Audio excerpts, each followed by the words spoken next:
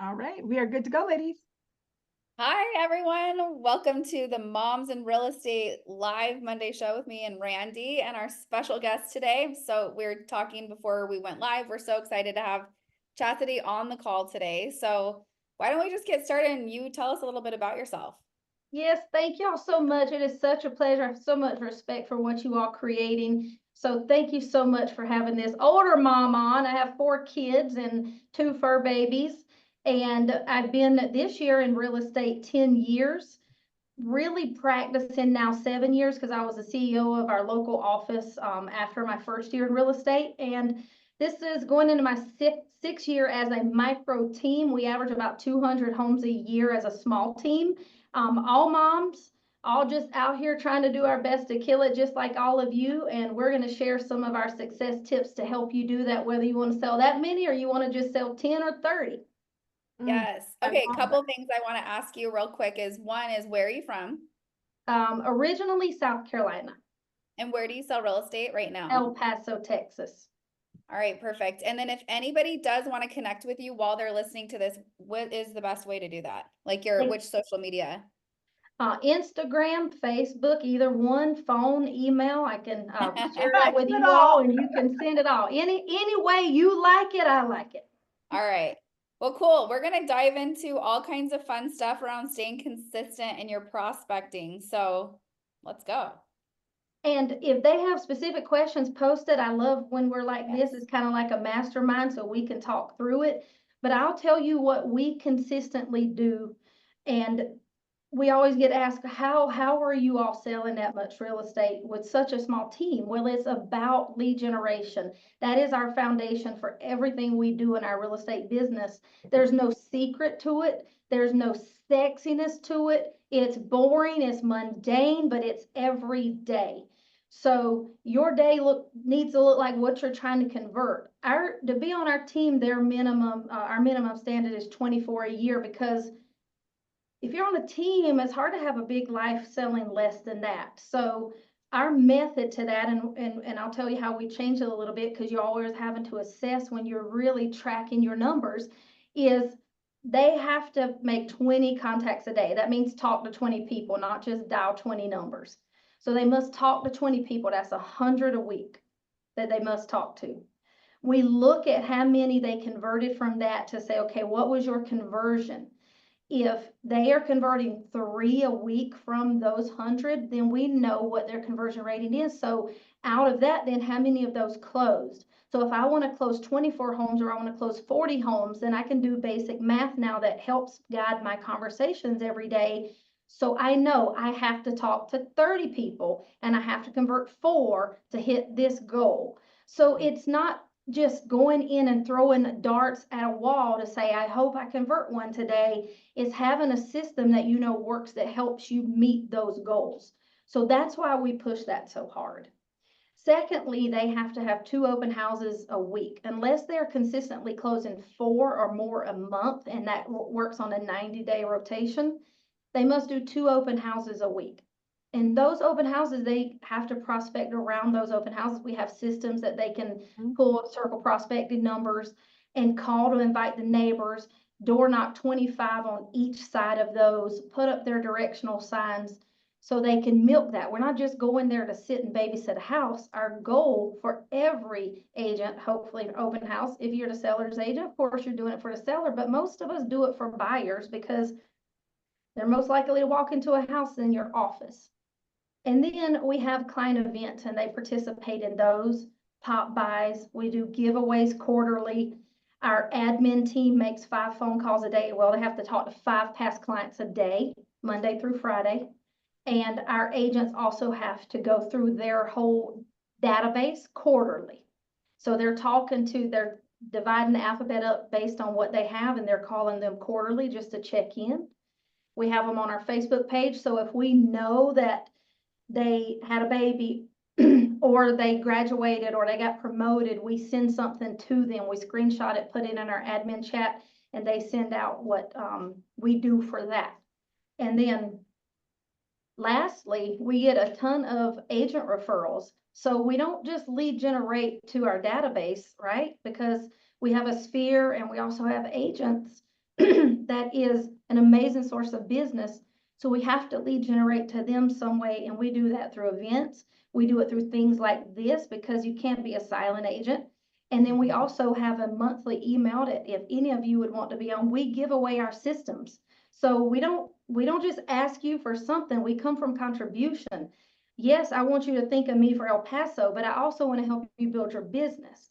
And something I send you this month could help you build this business. I just did a coaching call with one mom last week that I was on something with, and she reached out to me. She's having difficulty filling some of the gaps building her team, and we teach her building a team class. And so we coached her and helped put her in touch with people for the gap she was missing, and she plugged that gap last week. So those kind of things are amazing. So that's just it in a nutshell and basic what we do day in and day out to do that. Chastity, I am like, we run almost the exact team models. And I'll tell you, and tell me if you agree, one of the reasons that this is so powerful is because as moms, as wives, as women, disruption is a real thing in our life. And oh yeah, the disruptions coming. And so I have broke my agents down to where they basically have a 100-point day. And that can look different, however it is. So they can earn points, whether it's maybe just engaging on social, different methods, right? Different methods of prospecting, but they have to do it. And I always tell them win your day by noon, right? Because if you can get up, you can win your day by noon.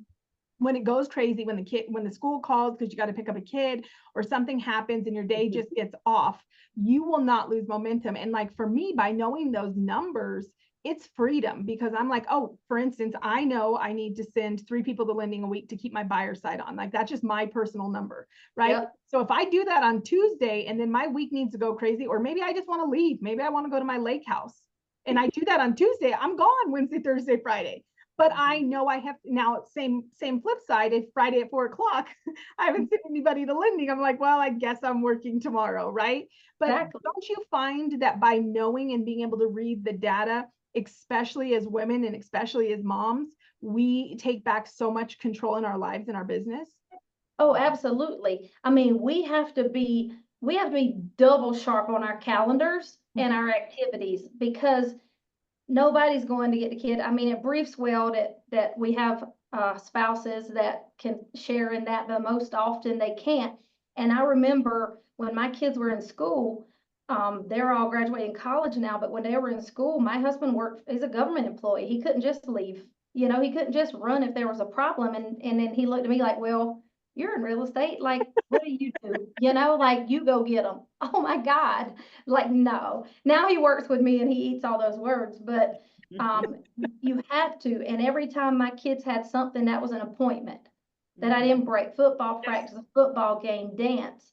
That was an appointment. And I don't need to tell anybody that. If Randi called me to see a house and I had a dance recital, I'm gonna tell Randi, I'm sorry. I got an appointment with someone else at that time. Could you do this time? Yeah. You have to teach people how to treat you. Well, you set the expectations. One of the most controversial things I ever said in a training was that I don't answer my phone live. And my DMs blew up. Agents were like, what? Like, you don't, and I was like, I don't answer my phone. Like, I don't, because number one, every time I answer my phone, it's a disruption from what I'm doing. But number two, what agents don't realize is that in these expectations, we can build trust. And so if I say, like, hey, I'm going to call you back at the end of the day, and then I do it, I can't tell you how many times people on the other side are like, oh my gosh, you called me back. Well, why wouldn't I call you back? I said I was going to return my calls from 4 to 5, but they're so used to people not being about their word that not answering my phone actually turns around and helps me to build trust. But it also is one of those things that is just those key changes in our business that makes a difference, right? Yep, it is. And you can use technology in other ways. When I go into a listing appointment, my phone gets forwarded to my assistant. Mm-hmm. And it's easy. I mean, it's star 72 in her number. If you're Android, I don't know about Apple. But anytime I know that I'm going to be out of pocket for something, because one of our value propositions is customer service and how our response time, but that goes to her. So she answers it. If I'm on vacation, it goes to her. I don't answer it on vacation unless it's an emergency, but we set that expectation for that, which it took me a long time to do, ladies. I mean, I was the control freak and nobody does it better than me. And, they want me, they don't want us. They want our system and our process, and we can duplicate that over and over. just by creating that and hiring the right people and implementing the right systems that can help you do that. And I don't either. I would just say, and a lot of agents will tell you, well, set your voicemail that says it. So you set the expectation on your voicemail, which is your business hours. Hey, I'm in a standing meeting every day from 8:30 to 11:30. I return calls from 1:30 to 3:30 or stuff like that. I've saw a lot of mega agents do that as well. And just there was a mom that drove people crazy in our market. She took every Wednesday off. She would not answer you. If you were negotiating a deal with her, she would not answer you on Wednesday. You better get it done before then if it's important. And I had some hiccup with that for a long time because I'm different, you know, and I've been in the Army 28 years. I'm still serving as a leader in the Army Reserve, and we just think differently. We go, go, go. But everybody doesn't, and that's okay. And I had to change my mentality on her to say, you know what, I actually applaud her for that because here I am working myself ragged 7 days a week, scared to take off, you know, because I got 4 kids. And at the time, me and my husband were both unemployed when I started real estate. We got furloughed, the biggest government furlough. And I'm out here about to freak out, you know, like I got to feed these kids. I got to work.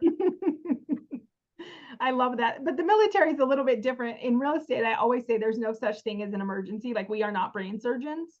And some agents just don't know that. And I will say Wednesdays, so Wednesdays are my flex day.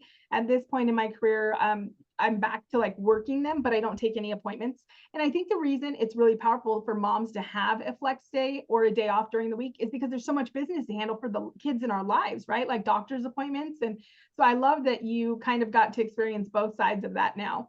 So yeah. The interesting thing is Wednesday is our flex day too, because we can't have our weekends. It's like retail work, right? So we actually do our flex day on Wednesday too. And no, that's when they schedule all their kids' doctor's appointments, their hair appointments, their nail appointments. And I really beg them all the time to take it, to do it, because if you work yourself, you get sick. We as moms always put ourselves last. Now you couple that with a business that has a high touch like real estate, because everybody's always after you. I mean, just think about the energy is that sucked out of us in a day. Even if you work in one deal right now, there's 120 moving pieces to a buyer transaction on a minimal that you might not even recognize that you see, and all of that energy is being taken from you. How do you replenish it? You cannot allow people to continue to take, not your kids, not your spouse, not your clients, not your friends, not anybody. Yeah, I think so much of our community needs to hear that like more often, because I feel like in the last probably 2 years, I've heard more than ever how burnt out everybody is. These high production women are they're just done. They're like, I don't even know if I want to do this anymore. And it's not good, because we do have such an incredible industry to be able to say we are taking a flex day on Wednesday and that's okay. And I just think a lot of us have these core beliefs like, I can't take a day off on Wednesday, or I have to take this person right now, because if I don't, then what's going to happen? So I'm glad we're having this conversation. Yeah. But imagine if you build it in such a way, such a consistent business, that you can say no to a client. I remember the first client I fired. I actually did a tequila shot after I fired her. And it was an $8,000 commission. I mean, that's hard to give up. I know that for all of us, that's hard to say no to. But she really treated me like crap, and really treated me like I was some scarlet letter lady, because she was like, you can't talk to my husband unless it's on a 3-way. Well, he texts me and I just answered. I didn't pay attention she was on there. So I get a call from her asking what I didn't understand about being on a call by myself with her husband. And I was like, no, like, we're not doing this. I was like, no. She couldn't believe I fired her, but I was like, I recommend you get a male agent. You know, there were some things going on apparently in their marriage, but it felt good to say no, I tell you that. And when you create the consistency and you create an abundant mindset where you can say no, it is an amazing feeling.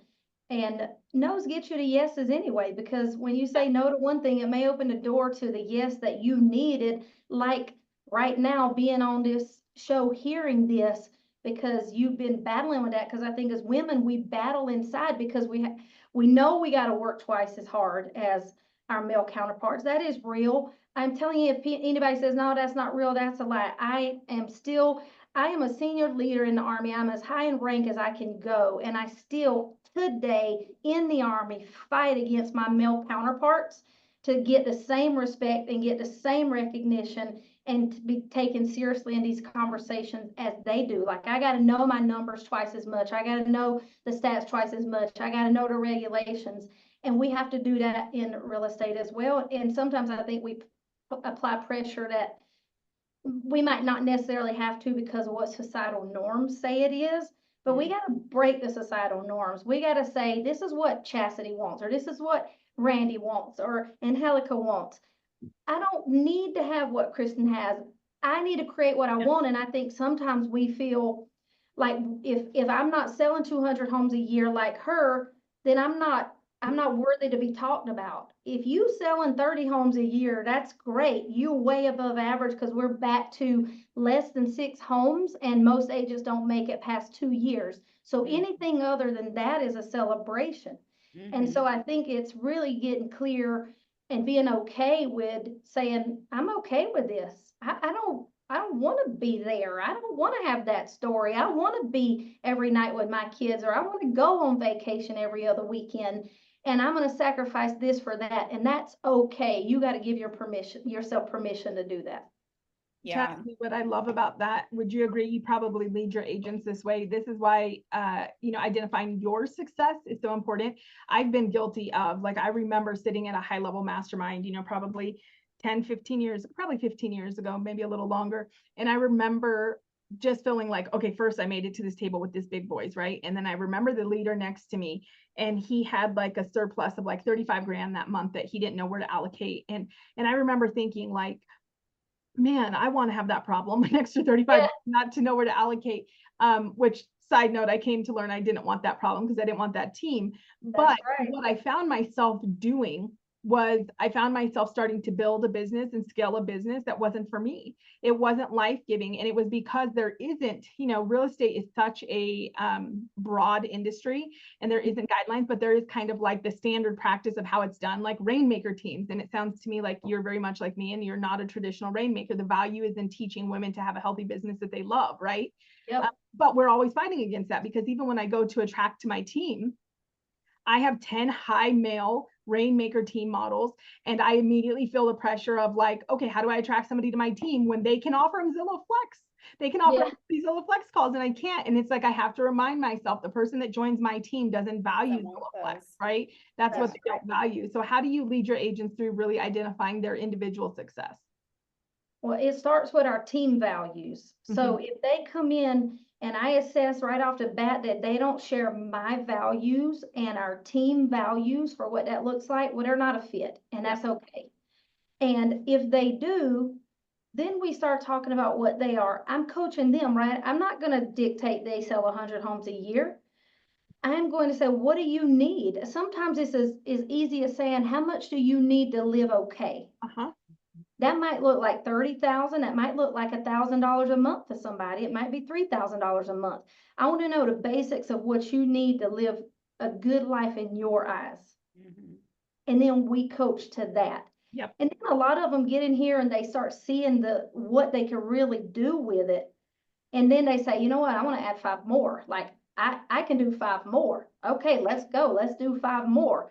And don't tell me you're going to do 5 more and don't do the activities to do 5 more, because I'm going to be on them like white on rice. I am the accountability queen. I will look at them and say, oh, so you don't want to do the 5, I guess. What happened? Did you win the lottery? Like, did you get a bonus? Like, what happened? What changed here? And then they look at me like, what do I say? Like, God, they know I'm going to ask them straight in their face, looking in their eyeballs, saying, what are you doing? And if they say, I'm taking my kids to Disney with that, and they're not doing the activities, well, when you going to tell your kids you're not going to Disney? I want to be there for the conversation. But, and you said there's a saying that says, be tough on standards, not on people. That's good. And so I think it's just reminding them, hey, you set the goal, you set the standard. I'm not going to be tough on them. I'm going to be tough on their standard and help them create a way to win the standard. What do we need to do differently? What do we need to implement? If I need to go door knock with them because they say I need knock 50 more doors, let's go. Like, we'll go knock those 50 together. I'm not the leader that sits in the office and says, well, you didn't do it. I mean, we're holding hands. I want to change women's lives. I want to teach women to do better than they were ever taught to be, to show them that, you know what? Yeah, money is not what makes us who we are. But I tell you what, I had an agent who was going to start my team, and she called me and said, I can't start. She was crying her eyes out. And I said, well, why not? She was like, well, I'm moving back to, you know, my home state because my husband just asked me out of the blue for a divorce. Mm.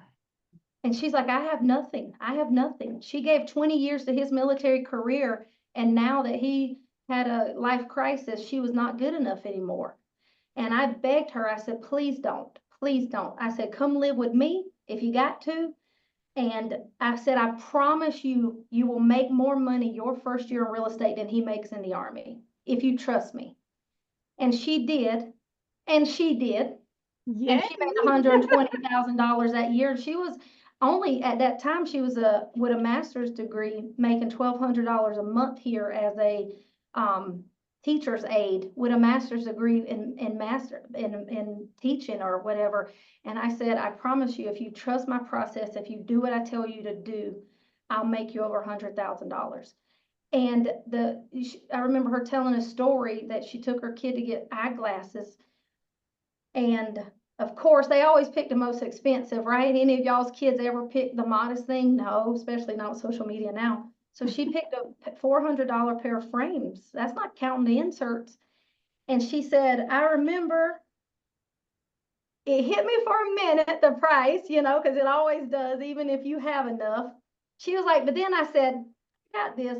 And she swiped her card to get those glasses for her kid. And that was her story. That was her ownership of what she could do. And she built a nest egg that, you know what, anytime if he ever, they didn't divorce. They worked through it because me and my husband coached them through it. But had he did, who cares? She had enough in her account that if he left her, she was okay. And I don't want, where I come from a single mom that had that, and we had that scarcity, and we never, you know, we had what we needed, but not anything extra.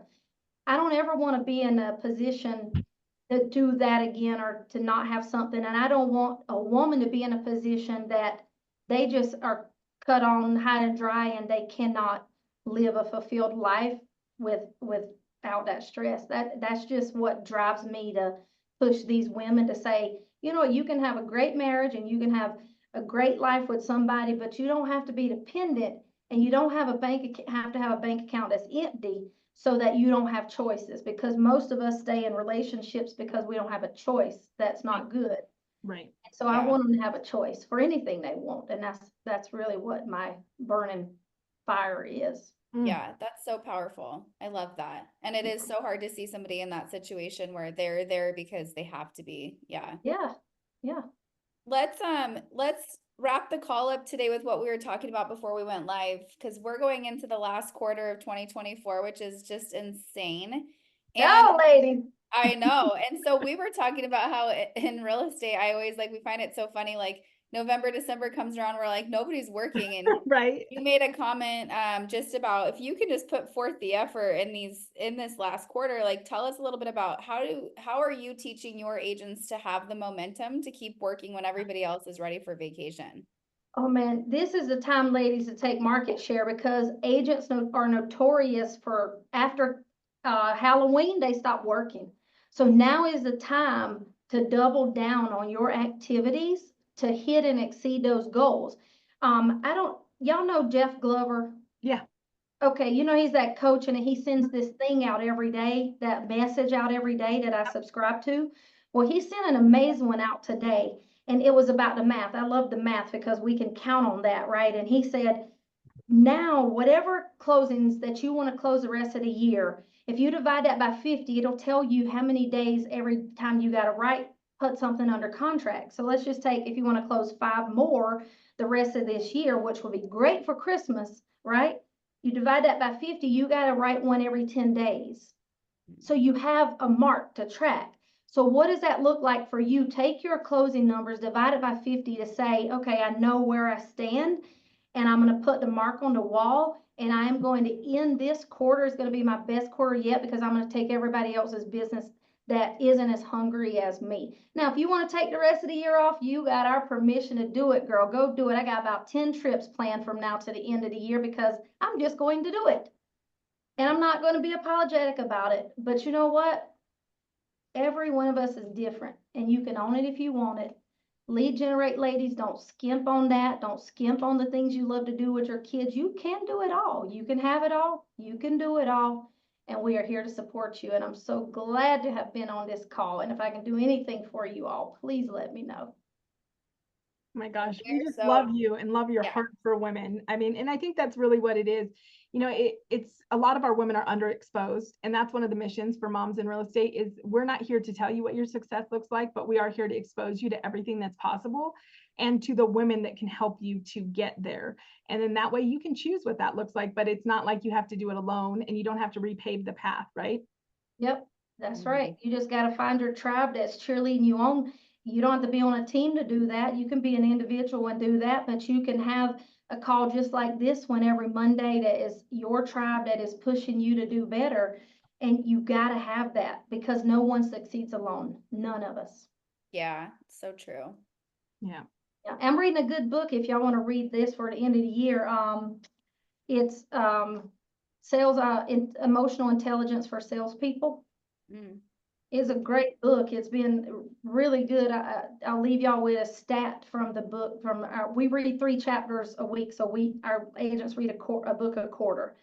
And so this time it was talking about scripts. We cannot be professionals and dominate in whatever we choose to do without committing that to memory. And that's your scripts. Your scripts are important during your lead gen. You have to write those down. You have to memorize them.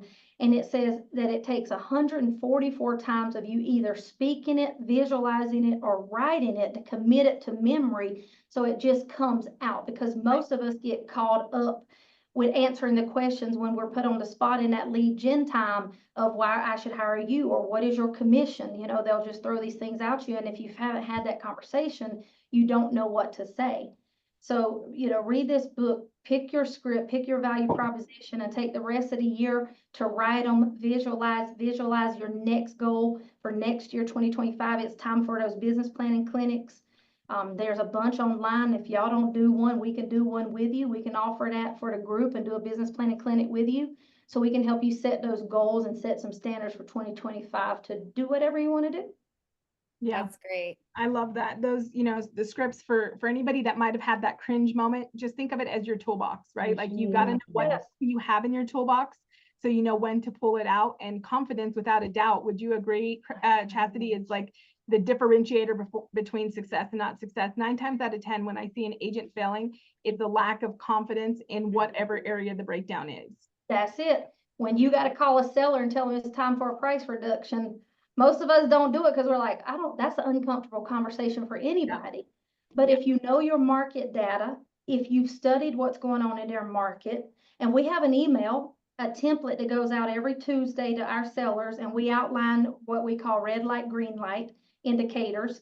Happy to share that with you all too, something you can think about using. And we link what's going on in the MLS, and we talk about what's going on in the MLS to help craft a conversation of why, if a house better than them just sold last week, that's less than them, I'm going to hang on to that and be like, look, like, you know, it's just common sense without saying it's common sense. But you help lead them to the decision and conversation that it's time, and you do that through scripting. Self-realization. Yep. Nothing's more powerful. When they realize before you even have to tell them, it's beautiful. Yes, those neurolinguistics that you're teaching them, because you're giving them the cues of what you want to say. It's like when you're going to buy a red car, right? You're like, oh, I love that red Volvo. What do you start seeing? The red Volvo, that reticular activator. That's her little reticular activating something thing back here that they call it, that brings it up. So if your goal is 24 next year, you need to write 24 on the wall and everywhere. We did a private mastermind with Michael Phelps, and he was trying to break the world record for that swim. And he said whatever time it was by nanoseconds, it was nanoseconds that he was trying to beat it. He wrote that nanosecond number and it was posted everywhere, in his car, on his mirror, in his locker. Anywhere that he saw every day, he spent time daily, he wrote that number there. So good. And I had him bring this book because I didn't know if I said it, but I'll show it to y'all. Oh, nice. Yeah. Emotional intelligence for self-success. Yeah. But he wrote it because we start embedding that in our brain, and it's almost impossible not to hit if you're doing the activities with it to hit it. I love that. Well, Chasity, thank you so much. You brought so much value, and I have no doubt Kristen and I will come up with more ways to have you back in the community. And yes, if you would please give us the links to those resources, we will drop them in the show notes as well, because I know those will be hugely helpful to some of our audience. Yep, I'll email y'all a couple of resources that you can send out to them. And lead gen will too, that shows you how to milk lead gen. Love it. That's so helpful. Well, thank you so much for coming on today. Yes, I appreciate y'all so much. Thank you for what you do every day for moms in real estate, and y'all have an amazing end of the year, and I wish you all the success. Thank you, you too. Bye. Bye.